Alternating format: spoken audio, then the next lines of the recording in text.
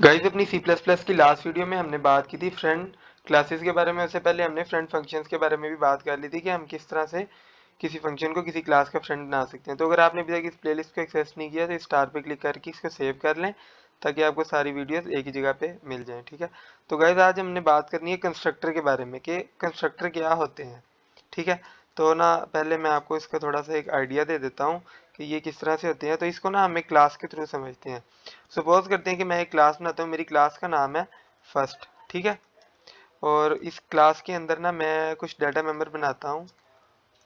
ठीक है, मैंने डाटा मेंबर बनाया, एक मैंने बना लिया इंटीजर ए, दूसरा मैंने बना लिया integer b, sorry integer b. ठीक है, अब मैं क्या करता हूँ, मैं ना इन जो वैल्यूज हैं इनको इनिशियलाइज करना चाहता हूँ, मतलब कि इसको ना मैं एक वैल्यू पास करना चाहता हूँ। तो उसके लिए मैं क्या करता हूँ, मैं एक फंक्शन लिखता हूँ वॉइड, फंक्शन का नाम रखते हैं वन, और वो क्या लेता है, वो दो इंटीजर लेता है। एक रखता हूँ मैं नाम, एक का नाम रखता हूँ सी, और दूसरा मैं कहता हूँ कि वो एक इंटीजर लेगा डी।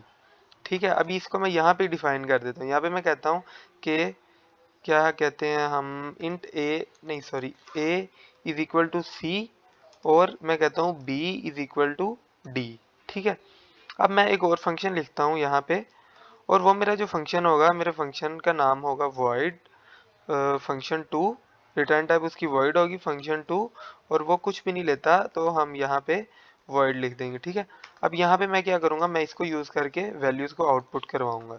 सी आउट है, उसके बाद मैं एंडल डाल दूंगा, और इसी लाइन को हम करते हैं कॉपी, और नेक्स्ट लाइन में कर देते हैं पेस्ट। ठीक है, यहाँ पे मैं लिख देता हूँ बी, मतलब कि अभी हम ए को भी आउटपुट करवा रहे हैं और बी को भी आउटपुट करवा रहे हैं। तो इसके लिए अब मैं क्या करता हूँ, मैं अपनी जो मेरी क्लास है फर्स्ट, उसका मैं एक ऑब्जेक्ट बनाता हूँ ओबीजे। ठीक है, और अब उस ओबीजे के थ्रू जो मेरी क्लास का पहला फंक्शन है फंक्शन वन, इसको मैं क्या करूँगा, मैं इसको एक्सेस करूँगा। ठीक है, तो मैं लिखूँगा फंक्शन साथ वन, ये मेरा फंक्शन था ना, इसको मैंने अभी कॉल करना, मैंने लिखा फंक्शन वन, और अभी ये क्या लेता है, दो इंटीजर टाइप की वैल्यू लेता है। एक मैं इसको पास करता हूँ थ्री, दूसरी मैं इसको पास करता हूँ फोर। ठीक है, और इसी ऑब्जेक्ट के थ्रू अभी मैं अपना जो दूसरा फंक्शन है उसको कॉल करूँगा। मेरे दूसरे फंक्शन का क्या नाम है, फंक्शन टू। ठीक है, तो अब मैं इसको आपको रन करके दिखाता हूँ। तो सॉरी, यहाँ पे ना मैंने सेमीकोलन लगाना था, वो नहीं लगाया। अब देखें, अभी हम इसको रन करके देखें तो यहाँ पे देखें हमें वैल्यूज़ क्या मिल गई, आउटपुट में वैल्यूज़ मिल गई। ठीक है, लेकिन अब अगर हम ये चाहते हैं कि जिस टाइम मैं एक ऑब्जेक्ट बनाऊँ ना, मेरी ऑब्जेक्ट बनाते साथ ही जो मेरी वैल्यूज़ को इनिशियलाइज करने के लिए, मतलब यहाँ पे देखें अभी मुझे पास करने के लिए यहाँ पे इसको असाइन करना पड़ रहा है, यहाँ पे इसको असाइन करना पड़ रहा है। लेकिन अगर मैं चाहता हूँ कि मैं कुछ ऐसा करूँ कि जैसे ही मैं एक ऑब्जेक्ट क्रिएट करूँ, ये देखें जैसे मैं ये ऑब्जेक्ट क्रिएट करूँ तो वैल्यूज़ इसको ऑटोमेटिकली इनिशियलाइज, मतलब पास हो जाए मेरे वेरिएबल्स को। तो उसके लिए हम क्या कर सकते हैं, अब हम वो देखेंगे। तो उसके लिए हम यूज करते हैं हमारा कॉन्सेप्ट ऑफ कंस्ट्रक्टर। अब जो कंस्ट्रक्टर होता है ना, ये एक स्पेशल टाइप का फंक्शन होता है जिसकी कोई रिटर्न टाइप नहीं होती।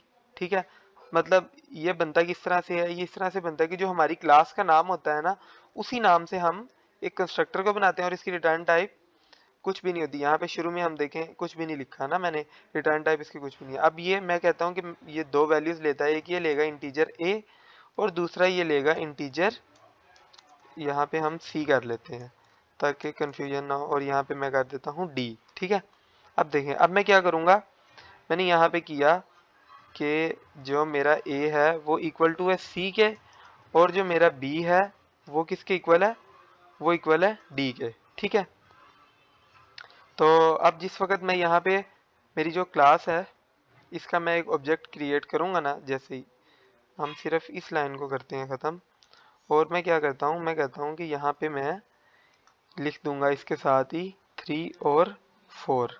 ठीक है, तो अब आप देखेंगे कि अभी भी वही काम हो गया। तो मतलब पहले क्या करना पड़ा था, पहले मैं एक ऑब्जेक्ट बना रहा था, उस ऑब्जेक्ट को बनाने के बाद मैं उसकी वैल्यूज़ को एक अलग फंक्शन के थ्रू पास कर रहा था।